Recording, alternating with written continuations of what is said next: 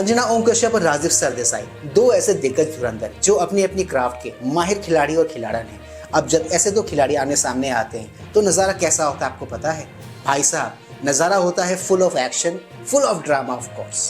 जी हाँ दोस्तों, ये दो स्टेटमेंट्स उस पल को, उस नज़ारे को बहुत ही अच्छे से डिफाइन करता है। ठीक उसी तरह जिस तरह कंगलेपन को डिफाइन करता है बांग्लादेश और पाकिस्तान की माली हालत। जहाँ एक तरफ अंजना ओम कश्यप जी की एक अलग फैन फॉलोइंग है, तो वहीं राजीव सरदेसाई जैसे लोगों को सुनने वाले अलग प्लान के जीव भी इसी देश में पाए जाते हैं।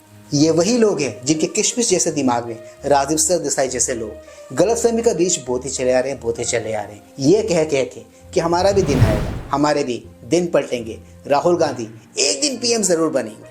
Now you might be thinking कि मैंने राजीव सरदेसाई, उनके इकोसिस्टम, उनके तंत्र को सुनने वाले लोगों के बारे में ऐसा क्यों कहा। सीधी सी बात है दोस्तों, जिस किस्म का आर्ग्यूमेंट, जिस किस्म का लॉजिक, जिस किस्म की एनालॉजी ये लोग और इनका इकोसिस्टम देश और देशवासियों के सामने रखते हैं, उसको गले से नीचे उतारने के लिए आपको बहुत ही तगड़े नशा करने की जरूरत है। क्योंकि अपने सेंसेस में तो आप, अपने होश में तो आप राजीव सरदेसाई और उनके इकोसिस्टम का जो भी कचरा है, जो भी बकवास है, उसको सुन नहीं पाओगे, झेल नहीं पाओगे। इसलिए मैंने राजीव सरदेसाई और उनके तंत्र को सुनने वाले लोगों के लिए कहा कि वो उसी सस्ते नशे के खरीदार हैं जिसे राजीव सरदेसाई और उनके इकोसिस्टम इस देश में बेचता है।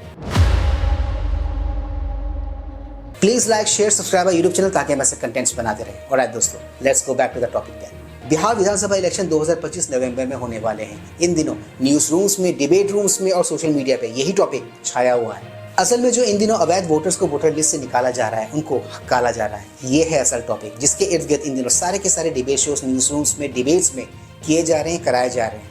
इलेक्शन कमीशन के इस फैसले से इस देश के एक बहुत बड़ा वर्ग ऐसा है जो बहुत ही खुश है, क्योंकि अब वो अच्छे से जानते हैं कि पसलियों का पास्ता बनाया जा रहा है, यानी कि अवैध वोटर्स को वोटर लिस्ट से निकाला जा रहा है। तो वहीं इस देश में कुछ नमूने ऐसे भी हैं, एक नमूना वर्ग ऐसा भी है जिनके पेट में दर्द उठ रहा है, जिनके पेट में मरोड़े उठ रही है इस खबर से।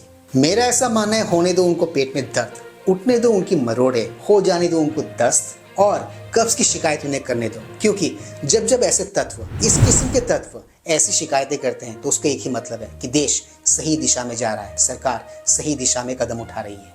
इसी मुद्दे के इर्द गिर्द चल रहे एक डिबेट शो में राजीव सरदेसाई और उसकी शिष्या प्रीति चौधरी सरकार के इस कदम का, ईसी के इस कदम का विरोध करते हुए नजर आए, उनके विरोध में नैरेटिव करते हुए नजर आए।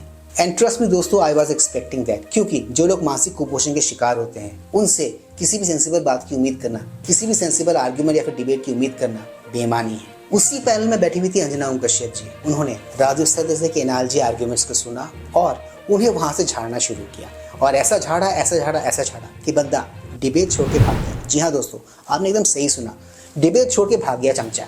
ठीक उसी तरह जिस तरह एक लंगूर को देख के बंदरों का झुंड दुम दबाकर भागता है, पीठ दिखाकर भागता है। अंजना ओम कश्यप जी ने ऐसा क्या कहा कि राजीव सरदेसाई की उस डिबेट शो में सिट्टी पिट्टी घूम हो गई और वो डिबेट छोड़ के भागने का मजबूर हो गया। उसके लिए चलिए ये देखते हैं, have a look. The Election Commission of India has initiated discussions and technical consultations to explore the possibility of linking Aadhaar with electoral photo identity cards, EPIC, also known as voter IDs. So 1 minute you're doing that, and next minute you're going and saying I don't need Aadhaar. Can I answer that? Sure. Yes. So this is, if you've read SIR, as he claims he's read and he's the most knowledgeable on this, page number 16 of 19 pages, and adds this up, and Aadhaar number as an option has been added here. And it was only after this entire exercise was taken under that they realized that there is a lot of discrepancy, there is Aadhaar saturation in many areas, and that is why probably they've gone in this direction. Agar you said this 5 weeks earlier, why did you then next morning get up and decide I should check someone's paper? This can't be an argument. इसको कहते हैं कह के लेना। भाई साहब क्या धोया है चमचे को, चिंटू चिट गोले की एकदम हवा निकाल के रख दी। कसम से आप इस चमचे का मुंह देखा था, एकदम पिचका हुआ छुआरा लग रहा था।